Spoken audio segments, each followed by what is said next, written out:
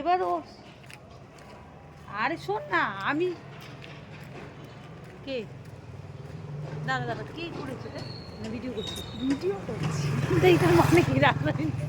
Hello, আমরা বাজারে গেছি। আরে আমি তোকে সন্ধেবেলা দিয়ে ফোন করছি এর জন্য যে তুই যদি যেতেই যাবি দক্ষিণবাড়ি বাজারে যাচ্ছিলাম, তার জন্য ফোন তো তোর মেয়ে তুললো, তা বললো মেয়ে পটিতে গেছে। বল কোথায় যাচ্ছিস বল।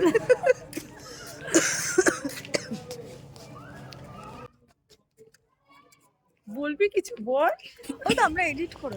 হ্যাঁ, তো ওইটার জন্য আমাকে বলছে কিছু বলে। আমি বললাম, না আমি ভয়েস রেকর্ডিং দিয়ে দেবো, আমি গলা করতে পারছি না, কারণ প্রচণ্ড কাশি হয়েছিল। আর এটা অনেক দিন আগেকার ভিডিও রাখা ছিল একটা, এটা এডিট করে ছেড়ে দিই। তো দেখো, এটা হচ্ছে দক্ষিণদ্বারি বাজার। তো বাজার এখানে না মানে রাত্রিবেলা বাজার খুব একটা জমজমাট করে বসে না, কিন্তু দু একটা দোকান বসে। তো এখানে এসেছিলাম, আর আমার যা মানে মেন বাজারটা আমি যাই করতে এসেছিলাম, মানে চল অনেকদিন বাজারটা ঠিক মতো করিনি। তো ও নেবে আলু নেবে, পেঁয়াজ নেবে, এসবই বলছিল। তো আমি ঠিক আছে তাহলে চল, আমার একটু ঘুরে আসা হয়ে যাবে। তো দুজনে মিলে দুই জায়গায় মিলে হাসাহাসি আর কি ঠাট্টা করতে করতে বাজারে বেরিয়েছি। তো এখনও আমার গলাটা বসা ঠান্ডাতে। তো প্রায়, আর এখানে অনেক আলু পাচ্ছি, একটা বেড়ে সব আমার দেখে দেখে জন্য বেঁধে বেছে নিয়ে নিচ্ছে। আর এটা কোন সময় ভিডিও বলো তো?